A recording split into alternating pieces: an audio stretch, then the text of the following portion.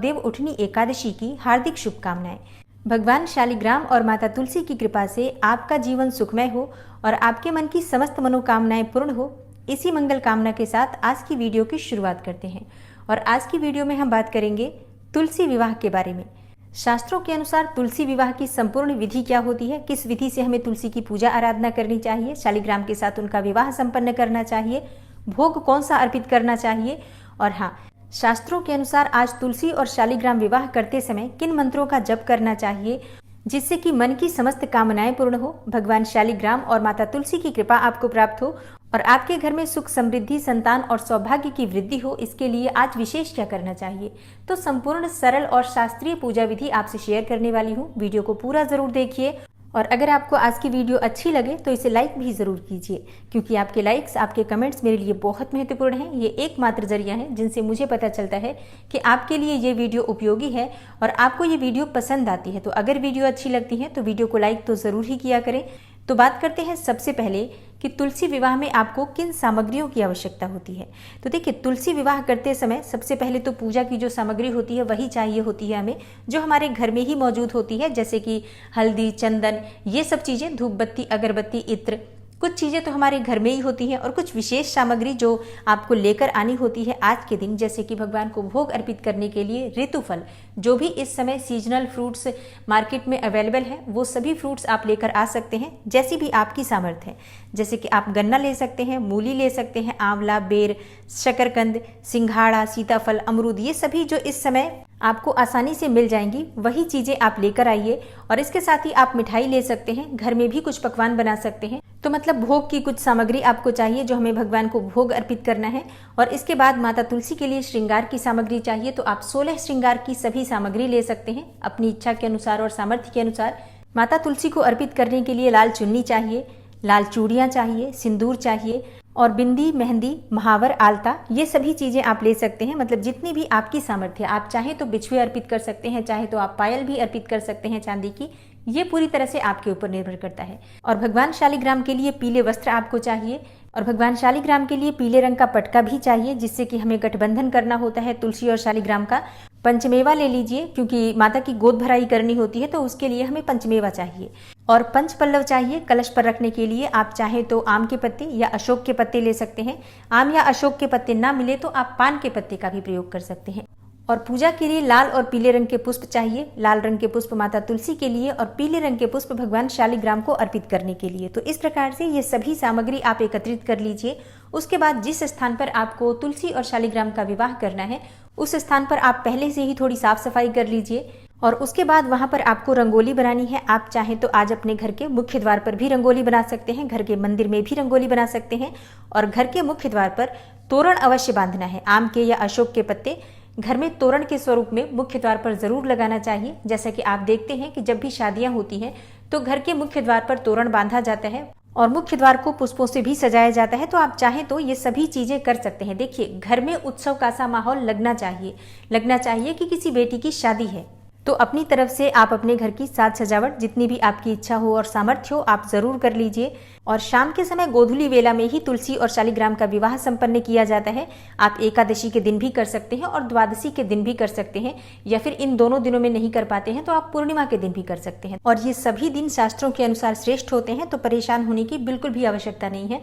जिस दिन भी आपकी सुविधा हो आप तुलसी विवाह संपन्न कर सकते हैं। तो जिस दिन आपको विवाह करना है उस दिन तुलसी विवाह से पहले परिवार के सभी सदस्य स्नान कर लें, अच्छे से साफ स्वच्छ वस्त्र धारण कर लें, संभव हो तो नए वस्त्र धारण करने चाहिए।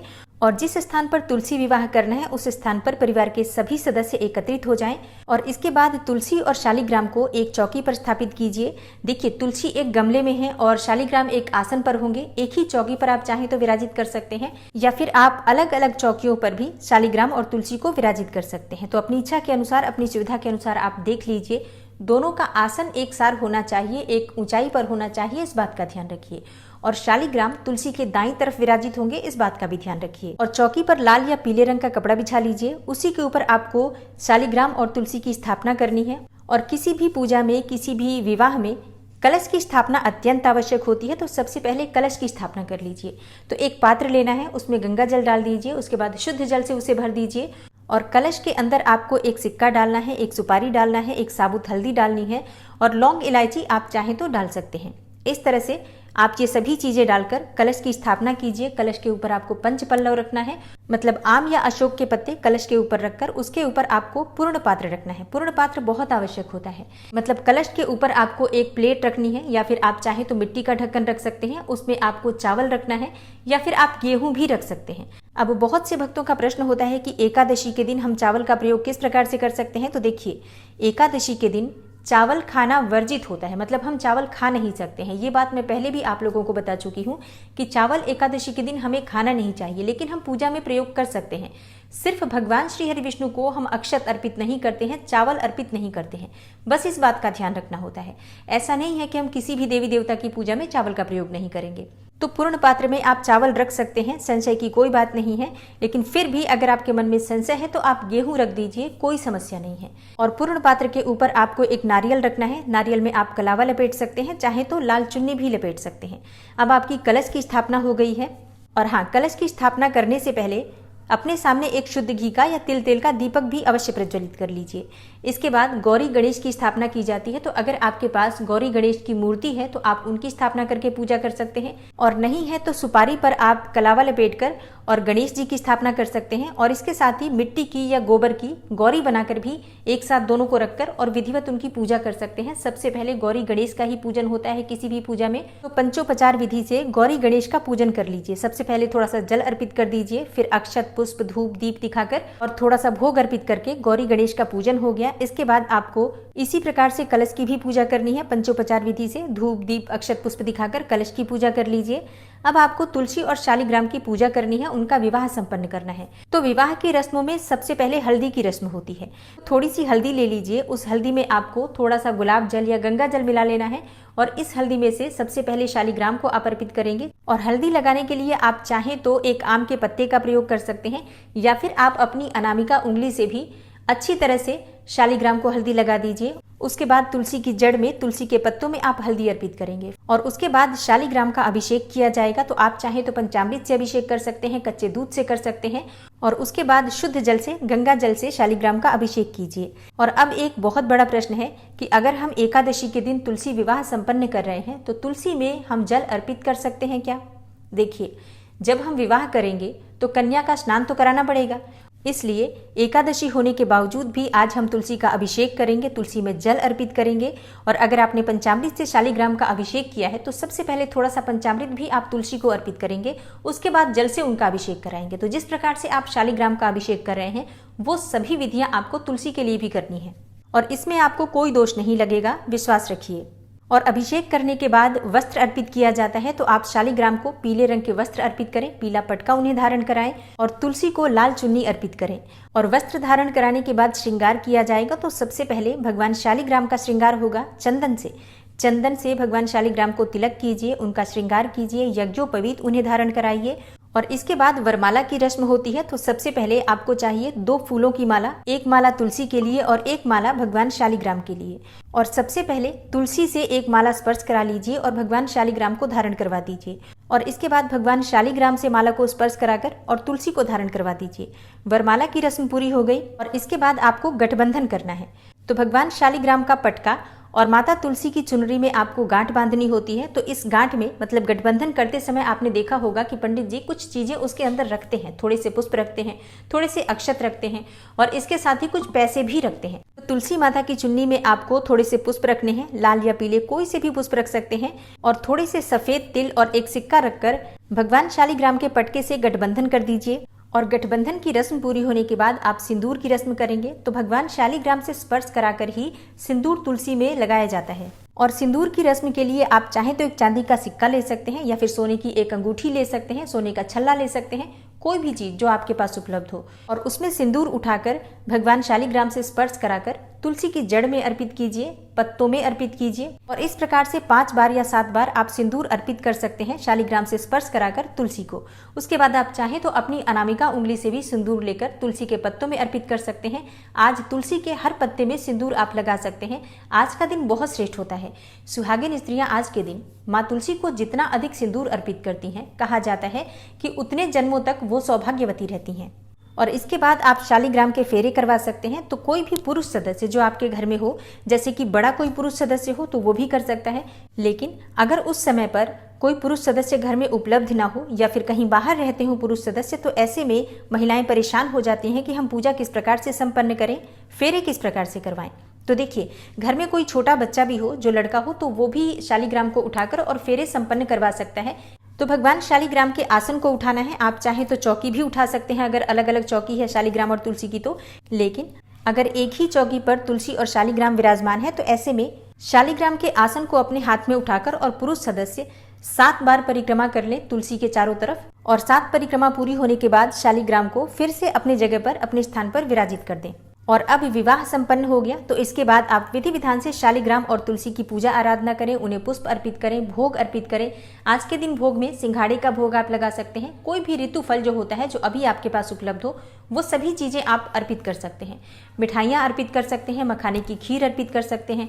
और अगर एकादशी के दिन विवाह कर रहे हैं तो आप अन्न का भोग नहीं अर्पित कर सकते हैं। ऐसे में आप कुट्टू और सिंघाड़े की पूरियां चाहे तो अर्पित कर सकते हैं। और शालिग्राम को बिना तुलसी के भोग अर्पित नहीं कर सकते हैं, तो उनके भोग में तुलसी पत्ता अवश्य होना चाहिए। मतलब एक ही साथ हम भोग अर्पित करेंगे तुलसी और शालिग्राम को, तो तुलसी का पत्ता उसमें अवश्य होना चाहिए। शालिग्राम विराजित है तो उनके आसन पर और उनके मस्तक पर तुलसी दल अवश्य होना चाहिए। इसके अलावा एक विशेष उपाय है जो आज के दिन करना चाहिए।